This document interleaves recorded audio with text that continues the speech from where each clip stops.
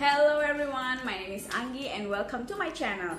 In this channel, we're gonna talk about money, personal finance, and how to get closer into your dream life. In this video, I would like to talk about taking credit card debt for your online education. Let's just dive in. Before I dive deeper, I want to make sure that we are in the same page. So, the online education that we are talking about here in this video is kind of hiring a coach, like a business coach, fitness coach, money coach, or it can be you're buying an online course, or even you pay certain amount of dollar to pay for certain membership program. In terms of pay this online education using your credit card, I divide it into two categories. The first one is personal expenses and the second one is business expenses. What do I mean by that? So, let me explain. Let's jump into the first category, personal expenses. I categorize your purchases as a personal expenses if the online education that you buy, that you pay with your credit card, will not be able to be monetized. In the future, you will not make some money back from these new things that you learn from this online education. For instance, you want to level up your workout game, but your condition is you've been too tired from your 9 to 5, you got no time and energy to go to the gym. Therefore, you decided to buy a yoga course. By buying this course, you can do your yoga in the convenience of your own home. But we know exactly that there is no way that you're gonna be a yoga guru charging people to do yoga and you teach them how to do the yoga. Therefore, we have to classify you're buying this yoga course by your credit card as a personal expenses. So, is it okay to pay your online education with credit card? According to our previous example about this yoga course, because this yoga course is your personal expenses, you need to treat these expenses just like another expenses that we have in our life that we pay with our credit card. For me, you can buy anything you want using your credit card as long as it matches into your budget. And when the credit card bills is knocking into your door, you have to be able to pay it in the full amount, so there will be no interest at all. Now, how about the second category, business expenses?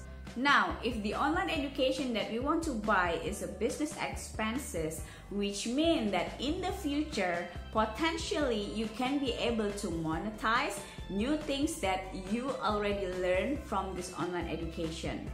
If that is the case, then we have more things to consider whether it's okay to pay it with your credit card. If your business is already running, you get clients, you get money coming in, so it should be no-brainer, right? All you need to do is just set aside some money from your business, reinvest it into your education, so you have more expertise, more skills, so in the future you can earn more money from this investment. Now, the decision is gonna be more tricky if we want to invest to ourselves, but we are in the very early stage of our entrepreneurial journey. At this early stage, more often than not, we are all in a mess. We are confused. We know we want to have a business, but we don't know what kind of business do we want to have. We have no niche, we got no client, we got no offer. In conclusion, you know exactly that you're gonna need some help. You need to invest in your business, buying some online course or hiring a coach to show you the way to get your business started. At this stage, make an investment into yourself is a very tricky and scary decision to make because we know that we got no money coming in. And there is no guarantee that the business that we have in our mind is gonna pay back our investment. I can hear your girl boss soul maybe might yelling at you something like, take a leap, don't be afraid, take a risk, and we will figure it out along the way. Shh, calm down, girl. Take a seat. Let's talk about it. Now, let's see into your personal finance. if right now your personal finance is juggling between three credit card and you pay each of them with minimum payment, girl, I don't suggest you to get any more debt. I don't care whether this debt is for your online education, buy things, experience, whatever. No, that's really not a smart thing to do. Girl, if you are in a bad shape of your personal finance and you want to start a business, I would say that means that you're gonna have two homework. The first one is to take care of your personal finance, make it into a better shape, and the second one is to grow your business.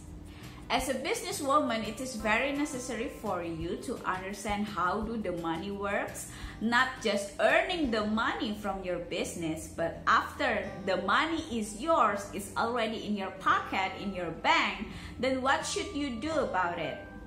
And your personal finance, it's really gonna reflect everything that's your relationship with money and how do you do with it. Are you good with money and things like that? It's gonna reflect everything and will somehow affect in how do you do your business and manage your business money. Maybe right now your reaction is gonna be, how about my business? Listen girl, if you want to start a business and you personally do not have any money to invest, it doesn't mean then you cannot start anything at all. Be resourceful, find free resources. Maybe you're gonna grow slower, I admit that, but listen girl, right now you already have a lot in your plate. You get that 3 terrible credit card debt that you have, maybe you still have your 9 to 5, and now you wanna design a business. That's a lot of homework to be done. But if you're trying to be creative, let's say, oh, I will make a new credit card and pay for this hiring a coach or whatever online education that you want to do, then listen girl, you're gonna run your business in scarcity mindset because you know in the end of the month that's gonna be a lot of credit card bills knocking in your door and you know you have no money to pay them off. Business is already challenging, guys. Do not run it in scarcity mindset because you are being chased by lots of credit card debt. Just trust me, take my word. You don't want to be in that kind of situation. Let's talk about another situation. Let's say in this example, you're gonna have a better financial life. You might not have a lot of money sitting around, you still have your paycheck to paycheck lifestyle, you know, got nothing left in the end of the month, but you're okay. You got your credit card, it's not maxed up, and you know that you have enough balance to pay for your online education. Will you do it? So here is what I want you to do. First, make sure you know how much do you earn in a year. Yes, in a year.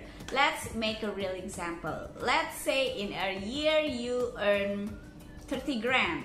Now, decide how much do you want to invest to yourself. Let's make an example. Let's say you want to hire a coach that it's gonna cost you $3,000. And you know you don't have $3,000 sitting around in your bank, so you're gonna pay it with your credit card and you will not pay it in a full amount. You might potentially gonna carry this $3,000 for a couple months in your credit card because, well, you don't have the money, right, to pay it in cash. So now what should we do next? You see the big picture here. You want to invest $3,000 and you earn $30,000 in a year. It means if you bring this debt for several months, well, hopefully you're gonna pay it off soon from your business that you want to design. But however, let's assume that you're gonna take this $3,000 for several months in your credit card while you are trying to pay it off later on after you got some money coming in from your business, or even you're gonna pay it off from your salary. Now, this $3,000 is weight 10% from the annual income that you have, this 30 grand. Do you have it in your mind? I think it's pretty easy to be understood. So your debt is gonna weigh 10% from your annual income. If the debt that you want to make is it weighs less than 30% from your annual income, I would say go for it. It's not the best solution. I know the best solution if you have money sitting around in your bank and then you invest yourself. That is no-brainer. We don't need to talk so long in this video if that is the case. Maybe some of you will ask me, why is it 30%? I just use the common sense that being used in banking industry. As far as I know, bank will not let you borrow more than 30% of your annual income. So I assume if it is not more than 30%, you're gonna be able to pay it back from your cash flow for the income that you have right now. So that is where the 30% from. One important thing I want to add here, we take this debt as a business expenses. Please remember that. Don't use this logic, it is okay to have a debt unless it is less than 30%. If it is for consumer, even 1% is not good, okay? We take this debt to hiring a coach because we expect that potentially in the future, your business is gonna bring money coming in and you can pay off this debt.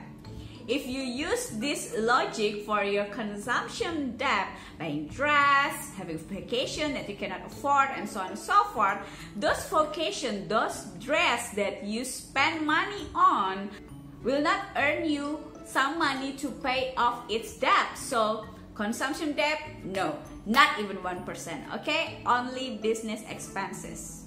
Remember that. And one more thing. I know I keep adding one more thing. Please bear with me. I have so many things in my mind. So here we go. You have this high interest debt that you've been so brave to take to start your business. Right now, when you got money coming in from your business, you have to prioritize every resources that you earn from your business, even your from personal life, to pay it off this debt as soon as possible. After you got this debt is closed, is paid off, woo, you can take a deep breath and start to do the right thing. What I mean with the right thing is gather some money from your business, divide your personal and your business expenses. I already made a video about it. I put it somewhere in the screen. Pile up your money. Next time you need to make more investment for your business, you're gonna take the money from this stockpile of cash that you already have. Ooh, it's been a very intense video we got today. I hope this video is useful for you guys. Feel free to share it with your friends and family, anyone that you know is gonna need this kind of information. Help me to reach more people and help more people by spreading this message. So tell me, what is your biggest takeaway from this video? Put it in the comments below so we can start our conversation. Anyway, I gotta go now. Please feel free to follow me in my Instagram.